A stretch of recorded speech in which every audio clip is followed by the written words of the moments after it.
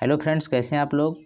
Friends, आज की इस क्लास में आपका स्वागत है। हम लोग पढ़ रहे हैं क्लास 12th केमिस्ट्री में लेसन 10 जो कि है haloalkanes and haloarenes. इसमें हम लोग देख रहे हैं रासायनिक गुण। तो आज हम लोग देखेंगे हैलो एल्केन्स के रासायनिक गुण, जिसमें एक हो चुका है, हम लोग को देखना है दूसरा रासायनिक गुण।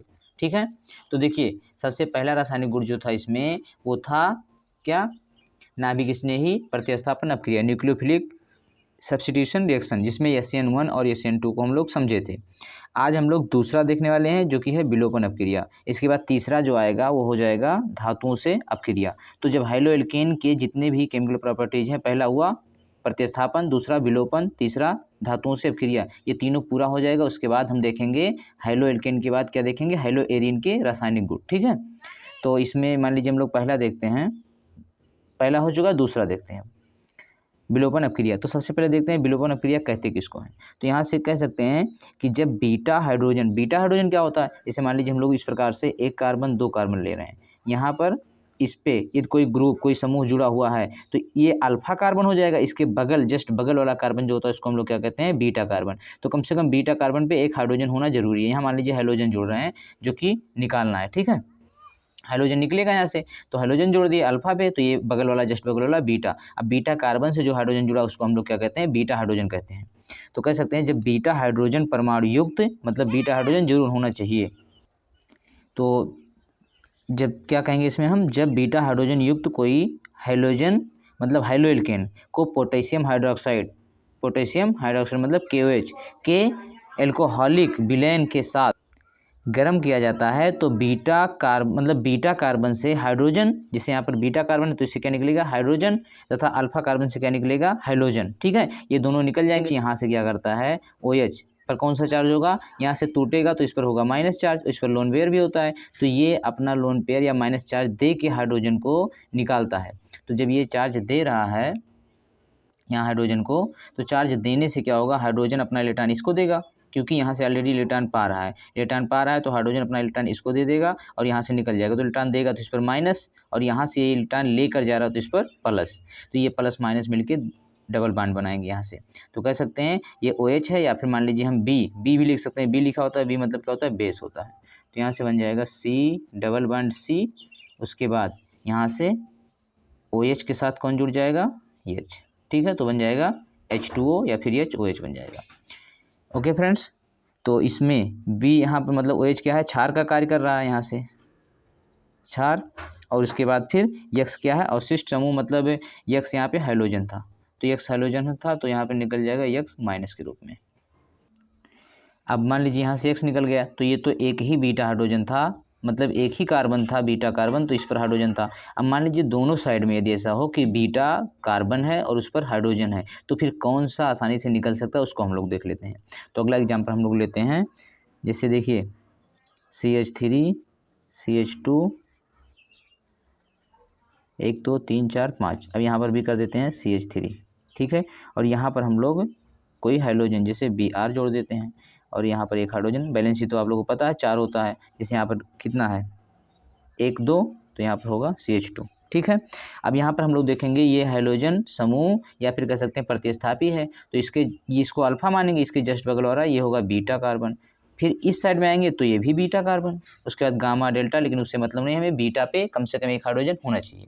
अब यहाँ पर वही रिएक्शन होगा मान लीजिए, तो यहाँ पर हम लोग OH माइनस लेते हैं। अब कहाँ से OH माइनस आया, KOH ले होंगे, KOH से K निकल जाएगा K प्लस, जो कि इसके हाइड्रोजन को ले जाता है। ठीक है, जैसे यहाँ पर फर्स्ट वाले में देखेंगे हम लोग, तो K प्लस से यहाँ पर इसको जोड़ सकते हैं, K यक्स कह सकते हैं। ठीक है, तो यहाँ OH डायरेक्ट OH दिखा रहे हैं क्षार को, अब ये OH आएगा, लेकिन यहाँ से भी जैसे CH3 लिखे हैं, तो मान लीजिए CH2 करके एक हाइड्रोजन यहाँ कर देते हैं, और इसमें CH करके एक हाइड्रोजन यहाँ कर देते हैं। अब इस हाइड्रोजन से हमें मतलब नहीं है, कार्बन अल्फा कार्बन है, जिससे कोई समूह या मान लीजिए प्रतिस्थापी समूह या हाइड्रोजन जुड़ा उसको अल्फा, इसके जस्ट बगल वाला बीटा, तो बीटा पे एक हाइड्रोजन होना चाहिए।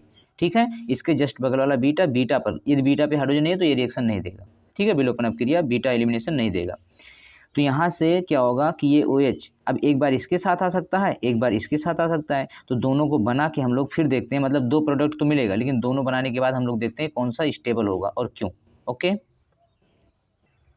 तो देखिए फ्रेंड्स, यदि मान लीजिए ये OH जाके इस हाइड्रोजन को निकाल रहा है तो इन दोनों कार्बन के बीच में डबल बॉन्ड बनेगा, क्योंकि ये ऑलरेडी निकलेगा तो B निकल जाएगा, तो Br निकल जाएगा यहाँ माइनस, और ये निकलेगा तो यहाँ पर ये निकलेगा तो यहाँ प्लस, और ये निकलेगा तो यहाँ माइनस। तो प्लस माइनस मतलब यदि हम 1 2 नंबर माने तो 2 और 3 के बीच मतलब यहाँ डबल बॉन्ड, और यदि ये जाके इस हाइड्रोजन को लास्ट हाइड्रोजन को निकाल रहा है तो 1 और 2 के बीच में डबल बॉन्ड बनेगा। तो यहाँ से बना लेते हैं CH3 CH2 CH2 और यहाँ से CH डबल बॉन्ड CH2, ये बन जाएगा। ठीक है, अब दोनों में स्टेबल कौन है, तो यहाँ पर एक रूल लागू होता है जिसको कहते हैं सेटजप। सेटजप ने बताया था इसको कि मान लीजिए जो डबल बॉन्ड है उसके दोनों तरफ हम देखेंगे तो जहाँ पर कार्बन की संख्या मतलब जो जिससे मान लीजिए दोनों कार्बन है, ठीक है, लेकिन जिस कार्बन पर हाइड्रोजन कम होगा या फिर जिस कार्बन पर, जिससे इन दोनों कार्बन पर मान लीजिए इधर देखते हैं एक कार्बन है, इधर कोई कार्बन नहीं जुड़ा हुआ है, ठीक है, और यहाँ देखते हैं तो इस डबल बॉन्ड के दोनों तरफ कार्बन जो है वो कार्बन से जुड़ा हुआ है,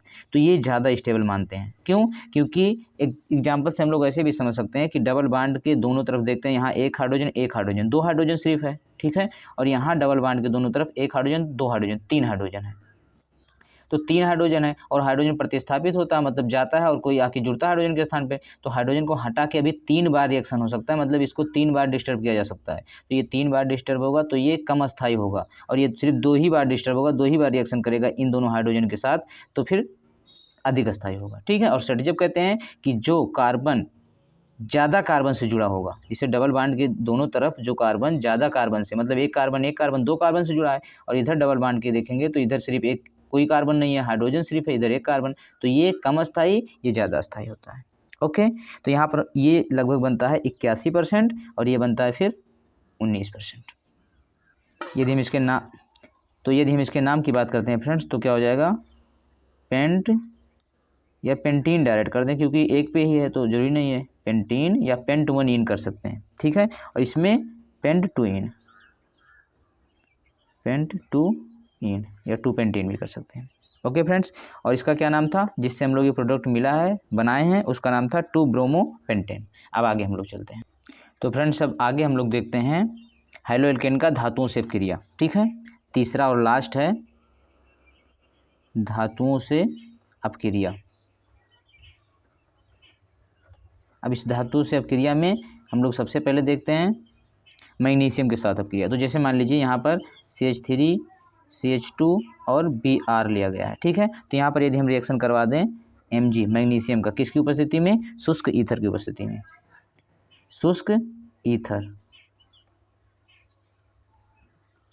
शुष्क ईथर की उपस्थिति में हम मैग्नीशियम से अपक्रिया करवाते हैं तो होता क्या है कि यहाँ ये बांड टूट जाता है, निकलता कुछ भी नहीं है, सिर्फ ये बांड टूट जाएगा और बीच में मैग्नीशियम आ जाएगा, बस इतना ही होगा। तो यहाँ क्या बनेगा, CH3 CH2 MgBr, क्योंकि Mg किससे, 2 बांड से जुड़ेगा, ठीक है, बैलेंसी 2 होता है, तो इधर C से कार्बन से और इधर Br से जुड़ जाएगा। ठीक है, और इसको हम लोग क्या कहते हैं, ग्रिग्नार्ड अभिकर्मक कहते हैं। ठीक है, इसको हम लोग क्या कहते हैं, ग्रिग्नार्ड रिएजेंट। ठीक है, ग्रिग्नार्ड रिएजेंट कहते हैं। उसके बाद मान लीजिए और आगे एग्जाम्पल इसका देखना चाहें तो हम कह सकते हैं कि RMgX से यदि हम रिएक्शन करवा दें, जो ये बना है ग्रिग्नार्ड रिएजेंट जो बना है, यदि हम RMgX, R का मतलब CH3 C2H5 C3H7 कुछ भी हो सकता है, ठीक है, MgX प्लस H2O, क्योंकि H2O से बहुत तेज़ी से रिएक्शन करता है, तो रिएक्शन करेगा तो यहाँ से क्या होगा, ये बांड टूटेगा और यहाँ से H2O जो है H और OH में टूटेगा। यहाँ से इस प्रकार से कह सकते हैं, यहाँ से ये बांड टूटेगा, ये MgX अलग होगा तो ये बांड टूटेगा, यहाँ से H और OH, ये आके इससे जुड़ेगा, OH आके इससे, तो होगा क्या, H जुड़ेगा तो RH बन जाएगा, RH मतलब CH3 था तो CH4, C2H5 था तो C3 मतलब CH6 हो जाएगा, C2H6 हो जाएगा, और प्लस यहाँ पर क्या बन जाएगा, MgXOH, क्योंकि यहाँ OH इससे जुड़ रहा है। ठीक है, या फिर इसी को कहते हैं OH MgX, मतलब किसी भी तरह से लिख सकते हैं, कोई दिक्कत नहीं, ऐसे भी लिख सकते हैं Mg और इधर X और इधर OH, ऐसे भी कर सकते हैं, कोई दिक्कत नहीं है। उसके बाद फ्रेंड्स इसमें हम लोग एक और रिएक्शन देख लेते हैं धातुओं से अपक्रिया में। हम लोग देखते हैं कि धातुओं से अपक्रिया कैसे हो। तो यदि हम यहाँ पर मैग्नीशियम लिए थे तो अब लेते हैं सोडियम। ठीक है, सोडियम से अपक्रिया करवाते हैं, तो यहाँ से हम लोग RX और प्लस लेते हैं सोडियम Na। तो यहाँ पर हम लोग RX का भी 2 मॉलिक्यूल और Na का भी 2 मॉलिक्यूल लेते हैं, ठीक है, 2 सोडियम लेते हैं। तो यहाँ से क्या हो जाएगा, यहाँ से बनेगा RR और प्लस 2 NaX। ये कैसे होता है, तो ऐसे भी समझ सकते हैं कि यहाँ से X, जितना भी X है वो Na के साथ निकल जाएगा। जैसे एग्जाम्पल में ऐसे हम लोग देखें कि 2 RX को ऐसे भी लिख सकते हैं ना, RX और यहाँ भी XR मतलब RX, और बीच में लिख दें Na, ठीक है, मतलब 2 Na ऐसे कर दें, ठीक है। तो अब देखो X 2X है और 2 Na, तो क्या हो जाएगा NaX और RR जो बच रहा है साइड साइड में वो आके आपस में जुड़ जाएगा। तो यहाँ से RR ये हो गया RR, ट्रिपल R मत समझना मूवी, ठीक है। ये है एल्किल एल्किल जुड़ा है। जैसे मान लीजिए CH3 लिए हैं तो क्या बन जाएगा C2H6 और प्लस यहाँ पर बन गया 2 NaX। जैसे X Cl है तो NaCl बन जाएगा, ठीक है। अब यहाँ CH3 लिए हैं, जैसे एग्जांपल में मान लीजिए CH3 है तो CH3 C2H6 बन जाएगा, कोई भी ले सकते हैं। मतलब यहाँ कार्बन की संख्या बढ़ रही है, ठीक है। जैसे जितना कार्बन था 3 कार्बन था तो 6, मतलब 1 कार्बन था तो 2 हो गया, 2 था तो 4 हो गया, 2 कार्बन 4 हो गया, ऐसे हो रहा है। तो इस अपक्रिया को हम लोग क्या कहते हैं, वुड्ज अपक्रिया। इस अपक्रिया को क्या कहते हैं हम लोग, वुड्ज अपक्रिया कहते हैं। ओके फ्रेंड्स, यहाँ भी शुष्क ईथर की उपस्थिति में ही अपक्रिया होगा।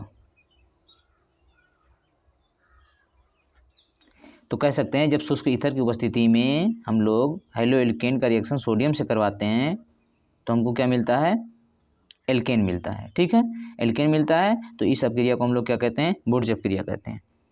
मतलब एल्किल हैलाइड शुष्क ईथर की में सोडियम के साथ अपक्रिया करके हाइड्रोकार्बन बनाते हैं, जिसमें मूल हैलाइड में उपस्थित कार्बन परमाणु दुगने हो गए ना, क्योंकि यहाँ पर जितना था उसका दोनों जुड़ गया तो दुगना हो गया, दुगने कार्बन परमाणु होते हैं। इस अपक्रिया को वुड्ज अपक्रिया कहते हैं। ओके फ्रेंड्स, तो उम्मीद है आज का यह वीडियो आप लोगों को समझ में आया होगा। मिलते हैं नेक्स्ट वीडियो में। अब आगे हम लोग पढ़ेंगे हेलोएरिनो की अपक्रियाएँ। Okay friends, thanks for watching, best of luck.